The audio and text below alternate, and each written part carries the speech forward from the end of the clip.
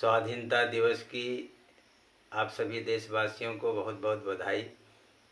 पूरा देश देशभक्ति के रंग में रंगा हुआ है।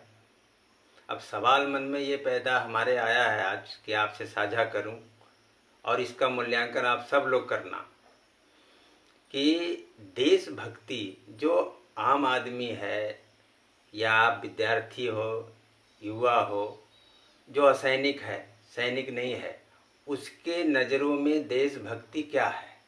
क्या है देशभक्ति? कभी कल्पना किया है आप लोगों ने कि देशभक्ति क्या है?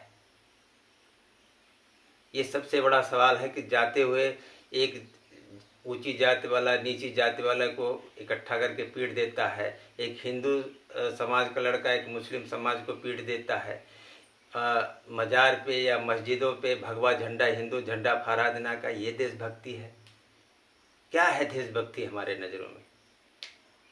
हम बड़े बड़े जो है सेलिब्रेशन करते हैं कि आज़ादी की स्वाधीनता दिवस हम मना रहे हैं, लेकिन हम एक आम आदमी को ये विश्लेषण करना पड़ेगा कि स्वाधीनता दिवस के इस अवसर पर देशभक्ति का मूल्यांकन हम कैसे करें। आज देख रहे हैं कि किस तरह से सड़कों पे बहन बेटियों का निकलना मुश्किल हो जा रहा है। हम चुपचाप घरों में बैठे रहने, क्या ये देशभक्ति है? सड़कें सुक्रोत से लेकर के शक्ति नगर का देख लीजिए किस तरह से खंडहर बन गई है, उस पर हम मौन बैठे रहते हैं, क्या ये देशभक्ति है? आज किस तरह से जुल्म अत्याचार हो रहे हैं, लेकिन हम लोग अपने घरों में बैठे रहते हैं, क्या ये देशभक्ति है? ये देशभक्ति बिल्कुल नहीं है। देशभक्ति है हमारे देश का सबसे महान जो पुस्तक है उसका नाम है संविधान। संविधान के मूल्यों को अपने जीवन में उतारना और संविधान के मूल्यों को अपने जीवन में उतारने के साथ आप जिस क्षेत्र में हो, आप विद्यार्थी हैं, आप किसान हैं, मजदूर हैं, युवा हैं, जिस क्षेत्र में आप हैं, समाज सेवा में हैं, उस क्षेत्र में संविधान के मूल्यों का विस्तार करना है। संविधान के मूल्य क्या हैं? धर्मनिरपेक्षता, समानता, न्याय का जो है न्याय के प्रति लड़ाई लड़ना, भाईचारा के बंधुत्व बनाए रखना, ये है संविधान के मूल भावना।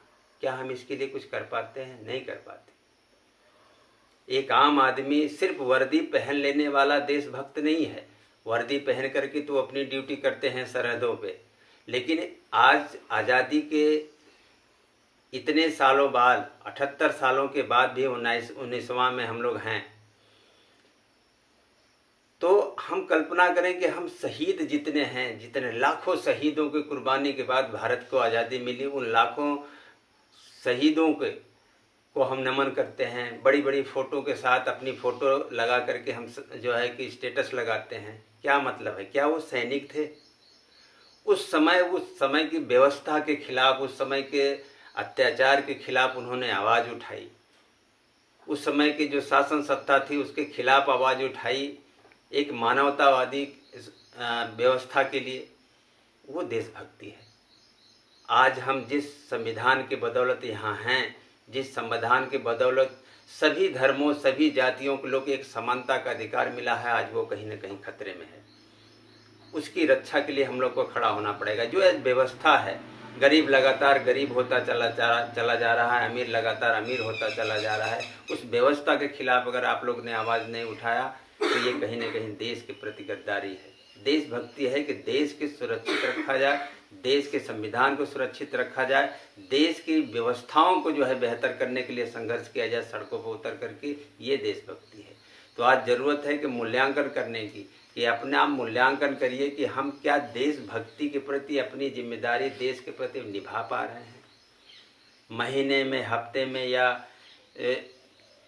1-2 घंटे के लिए क्या अपने निजी कामों से, निजी जीवन से बाहर निकल कर के देश के प्रति कुछ कर पाते हैं?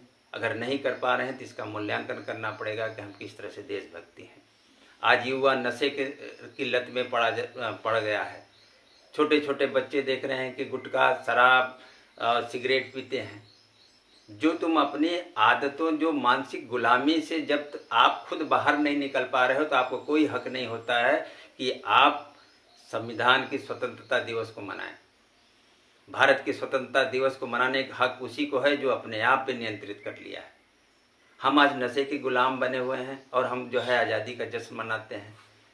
आज हम खराब आदतों के जकड़ में हैं, उससे जकड़े हुए हैं। एक विद्यार्थी जो है न उसको पढ़ने का समय पता है, न उठने का समय पता है, और हम संविधान के स्वाधीनता दिवस मना रहे हैं।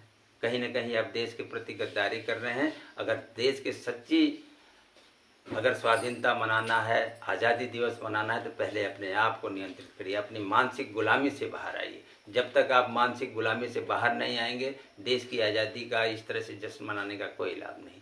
तो इसका मूल्यांकन करने की ज़रूरत है। बहुत बहुत धन्यवाद। नमस्कार। जय हिंद।